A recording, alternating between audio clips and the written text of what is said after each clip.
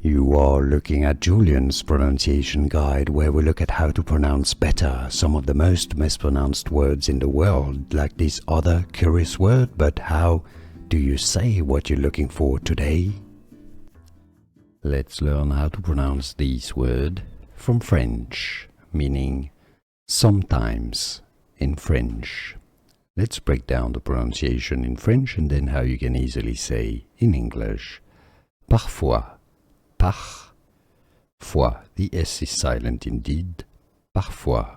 In English, if you cannot speak perfectly French, you can say it as parfois. Parfois. Parfois.